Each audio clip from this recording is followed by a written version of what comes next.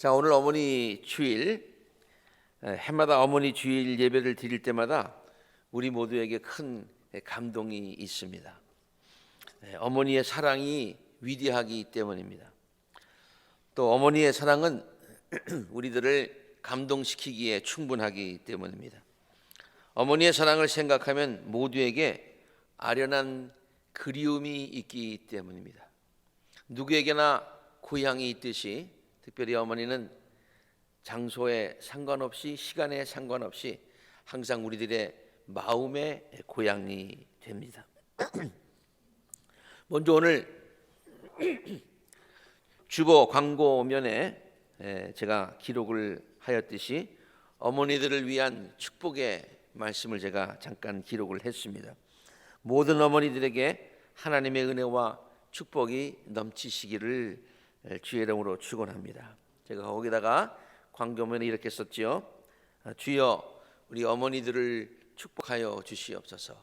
저들의 마음에 항상 기쁨이 충만하게 하시고 강건하게 하시고 앞으로의 날들이 지금까지 지내오신 날들보다 더 복되게 하소서.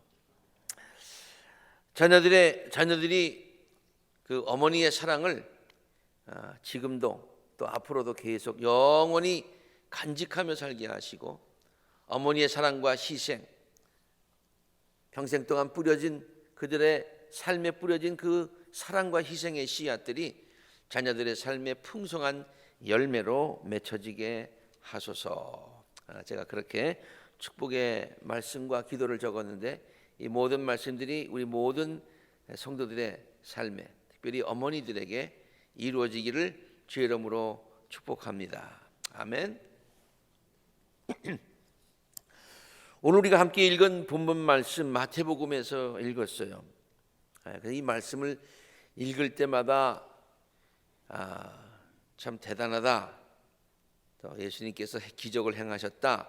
뭐 이런 관점에서 또 읽지만은 이 부분을 읽을 때마다 늘 마음 가운데 좀 빠져드는 부분이 있어요.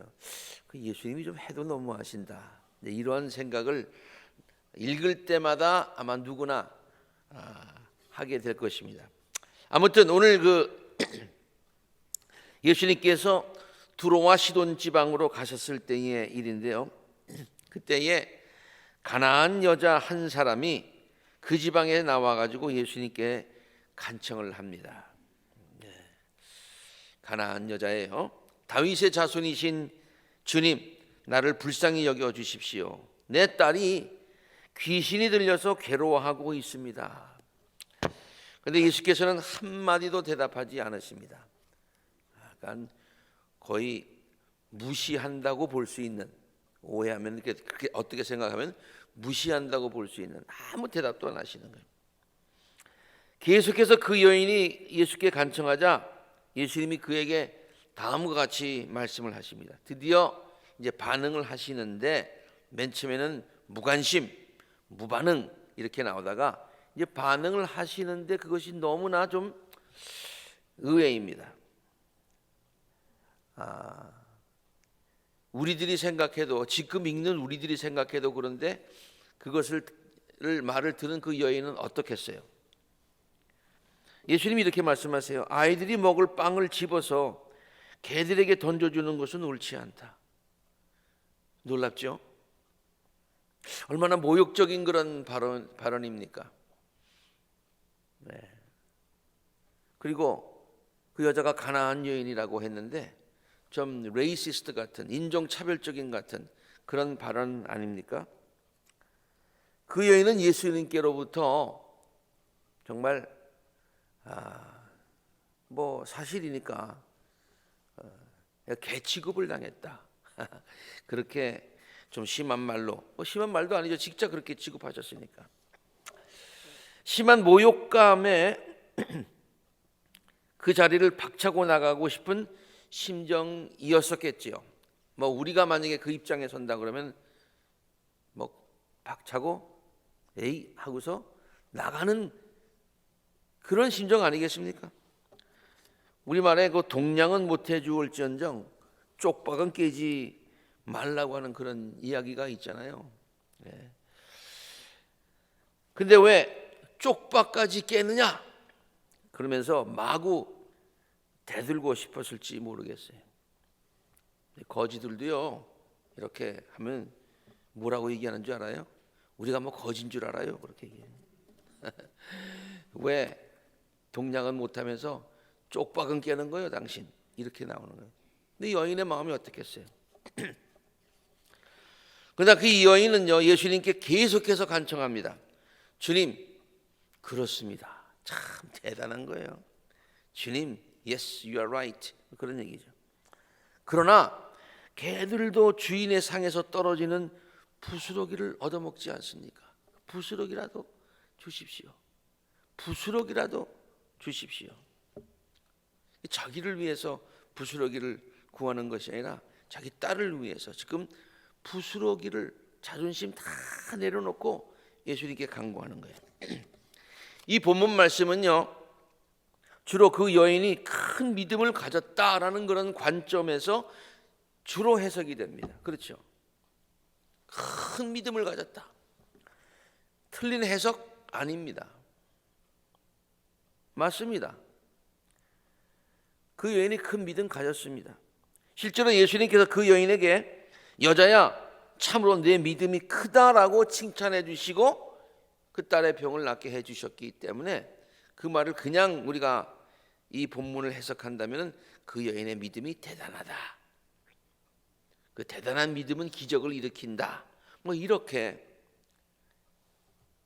우리가 그 본문을 해석할 수가 있겠죠. 그러나 저는요, 이 말씀을 읽을 때마다 늘 어떤 생각을 하며 읽었는고 하니 딸을 사랑하는 어머니의 관점에서 읽었어요. 딸을 사랑하는 어머니의 관점에서 읽었어요. 사랑하는 딸의 병을 고쳐주어야 한다는 어머니의 끈질긴 소망, 그리고 예수님만이 딸의 병을 고칠 수 있으신 분이시라는 믿음, 딸을 향한 어머니의 위대한 사랑, 그 사랑이 그 여인으로 하여금 모든 모멸감을, 그 순간 당하는 그런 모멸감을 극복할 수 있게 했다, 그런 얘기예요. 뭐만 생각했어요? 뭐만 생각했냐면 내 믿음이 큽니다, 이걸 과시하려고 그래서 한 게 아니에요. 그게 먼저가 아니에요. 내 딸 살려야지, 내 딸 살려야지. 그래도 예수님만이 고쳐주실 수 있는 분이지, 내가 지금 당하는 이게 뭐 그렇게 대단한가? 우리 딸만 고치면 나는 아무런 취급받아도 괜찮아, 이런 마음이란 말이야. 이런 마음. 그러면서 또 제가 이 본문을 읽으면서요, 어떤 엉뚱한 생각을 한번 가끔 하는 거 아니,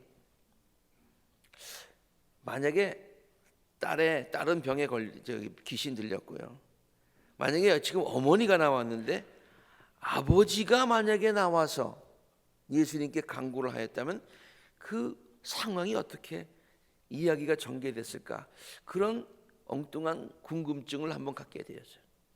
여러분 생각은 어떠십니까? 여러분 생각은 어떠세요? 만약에 이 딸의 아버지가 나와서 예수님, 다윗의 자손이요, 내 딸을 고쳐주십시오, 내 딸이 지금 이렇게 되어 있습니다 라고 했는데 대답도 안 하다가 개 취급당하고 막 이렇게 됐을 때 어떨까요?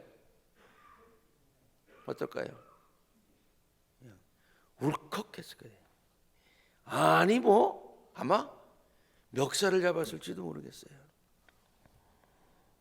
물론 딸을 생각하면서 아버지, 모든 아버지는 누구나 다 그런 상황이면은 그렇게 한다, 그런 말은 아니에요. 물론 이 여인보다도 더 큰 인내를 가지고 할 수도 있겠지만 그냥 일반적으로 생각해 봤을 때 이런 상황에서는 어머니가 더 잘 참았을 것이다 라는 생각을 제가 했는데, 제 해석이 여러분 어떻게 생각하세요? 틀렸습니까? 아니면 맞았습니까? 네, 우리 남자 성도님들이 맞는다고 인정해 주시잖아요. 맞잖아요. 여자는 분명히 약한 존재입니다. 여자는 약한 존재예요. 그러나 어머니는 강한 존재임을 다시 한번 확인할 수 있는 그런 장면이죠. 어머니는 약하지만 아버지들보다 힘으로나 뭐 의지면에나 무슨 능력이나 이런 데 약할 수는 있어. 그러나 자식을 사랑하는 그 사랑, 그 어머니의 사랑은 이거는 정말 위대하구나, 대단하구나 라는 것을 오늘 본문 말씀에서 다시 한번 확인할 수 있다, 그런 말씀이죠. 오래전에 한번 제가 소개한 기억이 있는데요, 여러분 기억하실는지 모르겠어요. 설교를 준비하면서 그 생각이 또 나더라고요. 평범한 어머니이지만 자식을 사랑하는 마음 가운데서는 여기에서 기적이 일어난다 라는 그런 관점을 할 때 이 장면이 생각이 나더라고요. 여러분 늘 사용하는 겁니다. 빨대가 있어요. 이 빨대 아시죠? 이 빨대. 옛날에는 그냥 쭉 있게 되는데 지금은 저렇게 중간에 주름들이 있어가지고 이렇게 꺾여서 어디 누워서도 먹을 수 있고 아주 쉽게 먹을 수 있는 그런 빨대예요. 아이디어 상품입니다. 저거 만든 사람이 제가 잘은 모르겠습니다만 아마 등록을 해가지고 돈을 굉장히 많이 벌었을 것 같아요. 등록을 하면 저렇게 아무렇게나 못 만들거든요. 정말 머리 엄청나게 좋은 사람, 굉장한 그런 재능이 있는 사람이 만들었겠다라고 생각을 할 수 있는데요. 알고 보니까 참 의외였어요. 뭐 의외라는 말 자체가 좀 그렇습니다만 아무튼 일본에 있는 한 어머니인데요. 그 아들이 그 신체 장애가 있어가지고 상반신을 쓰지 못하는 아들이죠. 상반신을 쓰지 못하니까 늘 밥도 먹여줘야 되고 그 다음에 또 중간중간에 목마르면 물을 먹여줘야 되는데 옛날 빨대는 어때요? 그냥 긴 빨대니까 고개를 들지도 못하는 고개를 이렇게 해가지고 물을 흘리지 않으려고 어렵게 먹이는데 어머니가 아들이 물 먹을 때마다 너무 가슴이 아픈 거예요. 그래서 어떻게 좀 쉽게 먹을 수 있는 방법이 없을까 해가지고 어머니의 사랑이 뻥 하고 해가지고 자꾸 발명품을 만들어냈다는 것 아닙니까? 어머니의 사랑이라고 하는 것은 과학자의 힘도 능력도 뛰어넘는 아주 비상한 능력을 발휘한다라는 생각을 하게 되었습니다.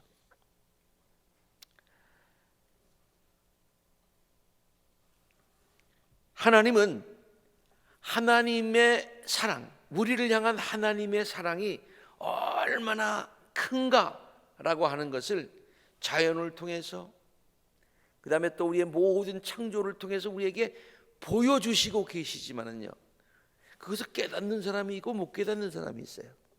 그래서 하나님께서 당신의 사랑을 우리들에게 내가 너를 얼마나 사랑하는가 라고 하는 것을 하늘을 보아라, 태양을 보아라, 새들을 보아라, 꽃을 보아라 이렇게 가르쳐 주시기도 하지만은 좀 더 구체적으로 가르쳐 주신 방법이 어머니를 우리에게 허락하셔서 어머니의 사랑이 굉장하지, 희생적이지, 위대하지. 그런데 내 사랑은 이 사랑보다 더 크단다라는 것을 우리에게 가르쳐 주시기 위해서 하나의 우리에게 하나님의 사랑을 증명해 주는 그와 같은 좋은 그런 방법으로 어머니를 우리에게 보내주셨다. 어머니의 사랑을 주셨다. 물론 어머니의 사랑과 하나님의 사랑을 견주어 비출 수는 없습니다. 이사야서는 이렇게 얘기하고 있어요. 너희가 나를 누구와 견주겠습니까? 어머니랑 견주겠느냐? 물론 나의 사랑을 보여주기 위해서 내가 어머니를 너에게 보내준 것은 사실이지만 그 어머니의 사랑과 나의 사랑 비길 데가 없어. 누가 나를 견주어서 같다고 하겠느냐? 나를 누구와 비교해서 서로 같다 그렇게 말을 할 수가 있겠느냐? 어머니가 어찌 제 젖먹이를 잊겠느냐? 믿을 수 없죠. 제 태에서 낳은 아들을 어찌 긍휼히 여기지 않겠느냐? 그러니까 어머니의 사랑에 지금 비유를 합니다. 그러나 비록 어머니가 자식을 잊는다고 하여도 잊을 일은 없지만 어머니가 자식을 잊는다고 하지만 그 어머니나 나는 절대로 너를 잊지 않는다. 혹시 어머니의 사랑은 변할지 모르지만 나는 변치 않는다. 변하지는 않지만 어머니의 사랑도 이게 무슨 말입니까? 내가 너에게, 우리 모두에게 어머니의 사랑을, 우리에게 하나님의 사랑을 보여주시기 위한 좋은 방법으로 어머니의 사랑을 우리에게 느끼게 해주시지만, 하나님의 사랑은 어머니의 사랑보다 굉장히 크다. 그런데 하나님의 사랑이 뭐 비교할 수도 없이 크지만, 그러나 우리의 가장 피부로 가깝게 있는 어머니의 사랑은 정말로 위대하고 하나님의 사랑을 닮았다라고 하는 것을 우리가 다시 한번 깨닫게 됩니다. 정말로 어머니의 사랑을 생각하면요, 생각할수록 귀하다고 깨달아지고요, 우리들의 마음속 깊은 곳에서 그런 감동을 일으켜요. 예수님의 사랑도, 하나님의 사랑도 우리에게 감동을 줍니다. 근데 왜 감동을 주냐면요, 우리를 향해서 희생하였기 때문에. 우리가 느껴요. 아, 하나님의 사랑, 독생자 예수 그리스도까지 아끼지 아니하시고 십자가에 못 박고 달리게 하심으로써 하나님의 사랑을 우리에게 확증하여 주셨다. 희생적인 사랑을 확증하여 주셨다. 그렇기 때문에 우리가 감격하잖아요. 그렇기 때문에 십자가를 바라보면서 우리가 큰 은혜를 받잖아요. 마찬가지로 어머니의 사랑도 저 멀리 있는 사랑이 아니라 우리를 위해서 희생하시는 사랑으로 우리가 느껴지기 때문에 어머니의 사랑을 생각하면 우리에게 감동이 된다, 그런 얘기죠. 우리 교회 오셔서 부흥회도 하셨습니다마는 김영복 목사님이 엄마가 희망입니다라는 책을 써서 저에게 주어서 제가 한번 관심을 갖고 읽어봤습니다. 특별히 그 책은요, 아주 그냥 한국에서 베스트셀러가 됐었죠. 신경숙 작가가 쓴 엄마를 부탁해라고 하는 그런 책 다 읽으셨을 거예요. 그 엄마를 부탁해라는 그 책을 다시 한번 성경적인 관점에서 풀어서 우리에게 또 이렇게 새로운 그런 교훈을 주는 그런 책으로 엄마가 희망입니다라고 하는 그걸 봤어요. 그래서 신경숙 작가가 쓴 거하고 이분이 쓴 거하고 같이 읽으면은 굉장히 아주 그냥 큰 감동이 됩니다. 그는 그 많은 이야기 가운데 그 책에 자신의 어머니에 대한 이야기를 소개하는 그 장면이 저에게 상당히 아주 감동이 되었습니다. 지금도 그는 그때 일을 생각하면 눈시울이 뜨거워진다고 하면서요, 그 책에서도 그랬습니다마는 직접 만나서 내가 물어봤어요. 그러니까 그 이야기를 아주 드라마틱하게 전해 주었습니다. 중학교 시절에서요, 본래는 집이 시골인데 아버지는 선생님이셨고 어머니 혼자서 시골집에서 농사일을 도왔다는데, 옛날에 왜 그랬는지 모르겠어요. 남자들은요 그냥 농사일을 갖다가 자기 학교에서 선생한다고 농사일을 다 어머니에게 맡겨놓고요, 하나도 안 도와줬대요. 그러면서도 참 그 지낸 거 보면은 참 대단하다. 이해가 잘 안 가죠, 지금은요. 근데 옛날엔 그랬단 말이에요. 근데 방학이 되면은 이제 가서 그 어머니의 일을 좀 도와줬는데요, 굉장히 그 여름 방학이니까 굉장히 얼마나 덥겠어요. 밭일을 하다가 며칠 동안 이렇게 그냥 밭일을 하다가 너무 힘들어가지고 쓰러졌대요. 쓰러졌대요. 근데 어머니랑 같이 일을 하다가 쓰러지니까 어머니가, 그리고 정신을 잠시 정신을 잃었죠. 깨서 보니까 자기가 어머니 등에 엎여 있다는 거예요. 근데 그 당시에 중학생인데도 이 김영복 목사님이 얘기하는 거 보니까 그때 굉장히 자기는 중학교 때 다 컸대요. 지금 키가 자기 중학교 때 키래. 그러니까 170이 넘은 키인데 어머니는 그거보다 작았다는 거예요. 그런데 어머니가, 아버지는 뭐 학교가 있고, 어머니가 자기를 업고서 산 2개를 넘어서 병원에 갔다는 거예요. 보건소에 갔는데요, 그를 들쳐업고 달리기 시작을 했는데요, 3km 정도를 달렸다는 거예요. 3km 정도를. 언덕을 이렇게 그 몇 번 오르락 내리락 하는 험한 길이었는데요. 지금도 자기가 그 장면을 생각하면은요, 그때 힘이 없어가지고 그냥 어머니 그 등에 엎혀는 있었는데 그 어머니의 그 거기서 나는 땀 냄새, 그 흐르는 땀, 그냥 그러면서 지금도 그 냄새를 기억하고요. 그 지금도 생각하면서 가만히 있어봐. 그때는 못 느꼈는데 그때 어머니가 나를 어떻게 업고 달렸지? 당신보다도 훨씬 더 이렇게 등치가 큰 아들을 어떻게 업고 달렸지? 제가 쓴 대로 한번 읽겠습니다. 지금도 그는 어머니의 몸에서 전해지는 뜨거운 열기와 빠르게 뛰는 어머니의 심장 박동 소리를 기억한다고 합니다. 그리고 땀으로 흠뻑 젖었던 어머니의 등을 기억한다고 합니다. 지금 그 어머니는 뇌경색을 앓으신 후에 아기가 되셨다고 합니다. 지금은 잘 모르겠어요. 몇 년 전 얘기니까.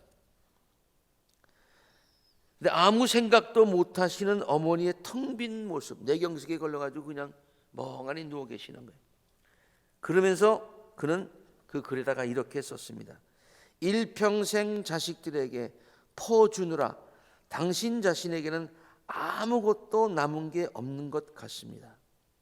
그러니까 다 퍼져서 아무것도 없어서 그냥 빈 껍데기로 누워있는 어머님의 모습을 느낀다면, 그러면서 무슨 얘기를 하냐면요, 마치 우리 자식들이 어머니의 몸을 파먹고 산 것 같은 느낌입니다.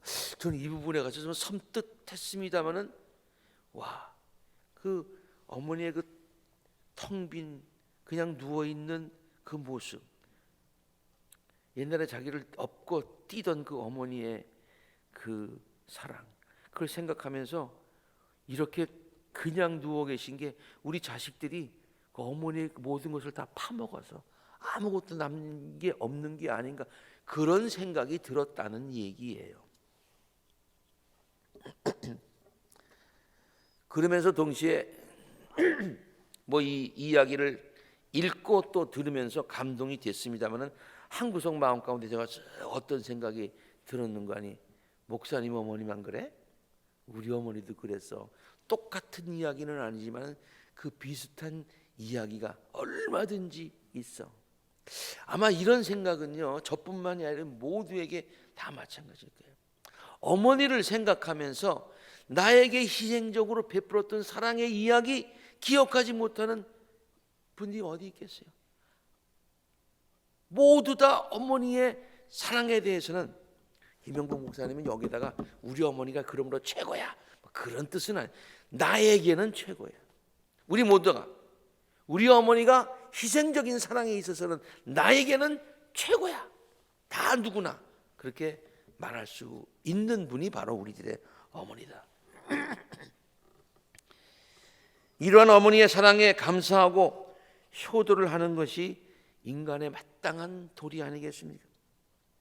물론 아버지에게도 똑같은 아버지가 우리에게 베풀어주신 사랑도 위대하기 때문에 똑같이 해야 돼요. 그래서 아마 우리 한국에서는 어머니 날이라고 하지 않고 어버이날로 해가지고 아버지의 사랑과 어머니의 사랑을 이렇게 같이 기억하자, 아마 그렇게 하면서 어버이 주일로 지키는 것 같습니다. 잠언서 6장에 보니까 이런 말씀이 있지요. 아이들아, 아버지의 명령을 지키고 어머니의 가르침을 저버리지 말아라. 그것을 항상 내 마음에 간직하고 내 목에 걸고 다녀라. 성경에 목에 걸고 다니라고 하는 얘기는 항상 걸고 다니라. 그리고 그것을 몸의 일부분으로 생각해라, 그런 얘기예요. 요새 이 마스크를 갖다가 한국에서도 많이 벗으라고 그러는데, 여기 뭐 다들 많이들 꼈습니다만은 마스크를 벗으라고 그랬는데도 안 벗는 분들이 꽤 많이 있어요, 한국에. 뉴스 보니까. 그래서 왜 안 벗느냐 그러는데 아주 멋있는 말을 하더라고요. 이게 이제는 내 몸의 얼굴의 일부가 된 것 같아요, 그렇게 얘기해요. 하도 끼고 다녀서. 목걸이도 마찬가지입니다. 목걸이를 항상 끼고 다니는 얘기는 이 목걸이가 어떤 다른 물질이 나에게 걸려 있는 게 아니라 내 몸의 한 부분으로 달고 댕기라, 그런 얘기죠. 그러니까 부모님을 사랑하는 마음, 그것을 어떻게 억지로가 아니라 나의 삶의 자연스러운 부분으로 생각하라.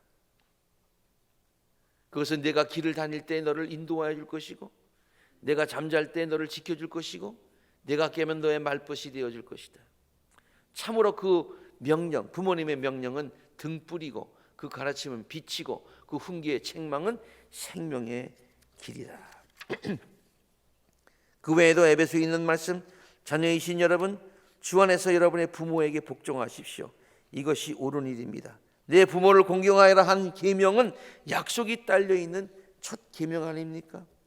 네가 잘 되고 땅에서 오래 살 것이다 한 축복이 걸려 있는, 약속이 걸려 있는 하나님의 명령이다. 너를 낳아준 아버지에게 순종하고 늙은 어머니를 업신여기지 말아라. 아이, 어머니 뭐 모르면 가만 계세요, 그러지 말란 말이에요. 너희 어버이를 즐겁게 하여라. 특히 너를 낳은 어머니를 기쁘게 하여라. 그러면서 성경을 이렇게 복음서를 읽다 보면요, 정말 예수님께서 이 어머니를, 부모를 공경하라, 특별히 어머니를 공경하라는 이 말씀을 몸소 가르치시고 또 실천하셨다는 것을 깨닫게 됩니다. 근데 얼핏 보면은요, 오해하시는 분들이 있어요. 왜냐하면 예수님께서 어렸을 때에 예루살렘에 올라가셨을 때에 한 번은 길을 잃어버린 적이 있었잖아요. 막 길을 잃어버린 게 아니라 성전에 있었죠. 어머니, 부모가 예수를 잊어버렸어요. 그래가지고 찾다가 왔어요. 그래가지고 어머니가 좀 꾸중이 섞인 말로 네가 어떻게 우리에게 이렇게 할 수 있느냐라고 물었을 때 예수님께서 뭐라고 얘기했어요? 내가 내 아버지 집에 있어야 하는지를 모르셨습니까? 이렇게 좀 가만 생각해 보면 이해가 되지만 금방 듣기에는 반항하는 것과 같은 그런 말투 보면서 예수님도 사춘기가 있었나? 뭐 이런 생각. 그다음에 예수님께서 이제 공생애를 시작하셔가지고 집을 막 떠나서 많이 다니시자 어머니가 형제들과 함께 예수를 찾아 나서신 적이 있잖아요. 그 제자들이 어머니 오셨어요, 그렇게 얘기하니까 예수님께서 어머니 나가서 반가워, 아유 죄송해요, 제가 집에 많이 못 들어가고, 이렇게 얘기하지 않고 뭐라고 그랬어요? 누가 내 어머니이며 누가 내 형제 자매냐, 이렇게 말씀하신 적 있죠? 아니, 예수님이 그럴 수가 있어? 그런 오해를 해서 예수님은 가르치시기는 잘 가르치셨는데 효도에 있어서는 그렇게 베스트는 아니야라는 오해를 할 수가 있어요. 그런데 그렇지 않습니다.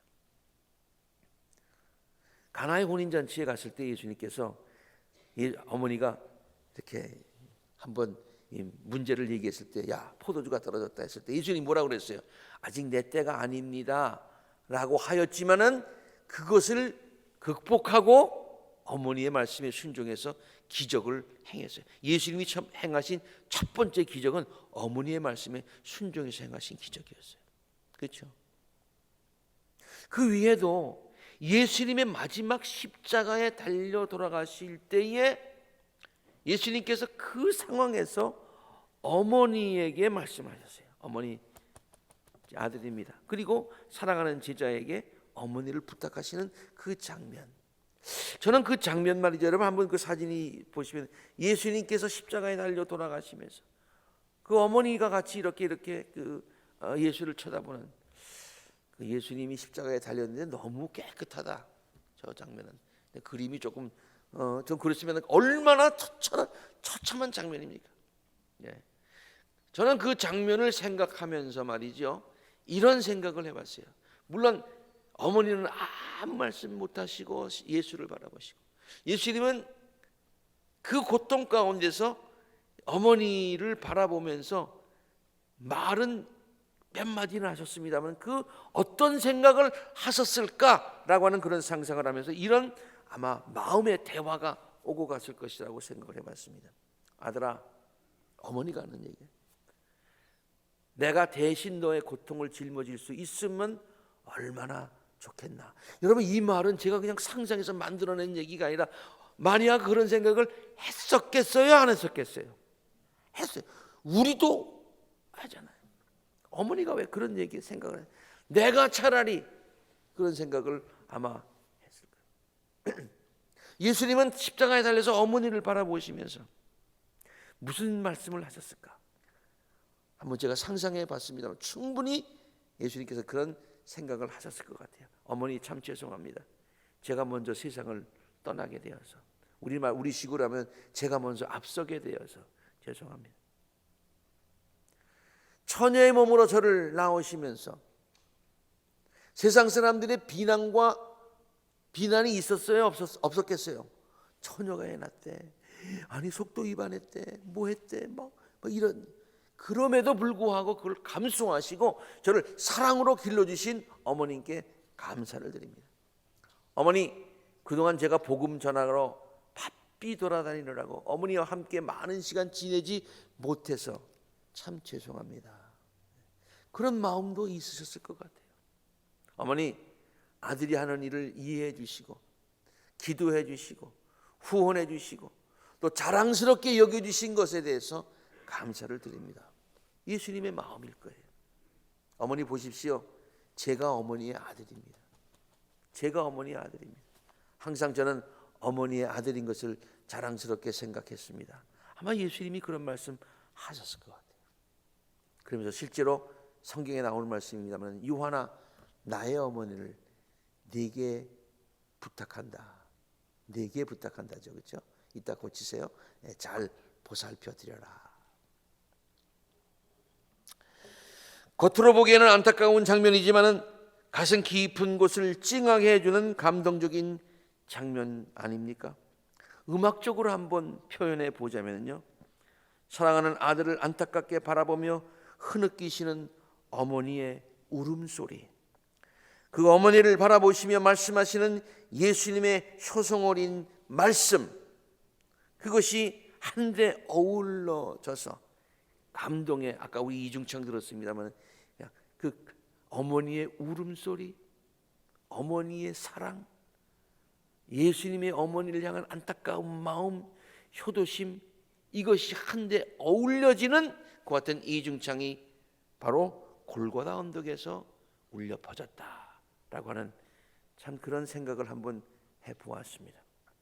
사랑하는 아콜라재단의 모든 성도 여러분, 하나님의 사랑을 가장 많이 닮은 어머니의 사랑을 생각하시면서 그 크신 하나님의 사랑을 헤아려 보는 이 시간이 되시기를 간절히 바랍니다. 그리고 그러한 어머니를 허락하여 주신 부모님께 감사하시고요, 이미 하늘나라에 가셨지만 우리들을 지켜보시고 응원하여 주시는 사랑하는 부모님들을 생각하시면서 또 삶의 용기를 또 소망을 얻으시는 성도님들이 되시기를 바라고요. 그리고 우리 재단의 모든 연로하신 부모님들이 자녀들에게 사랑과 효도를 받으시고 여생을 복되게 기쁨 가운데, 축복 가운데, 은혜 가운데 살아가실 수 있게 되기를 주님의 이름으로 간절히 축원합니다. 아멘.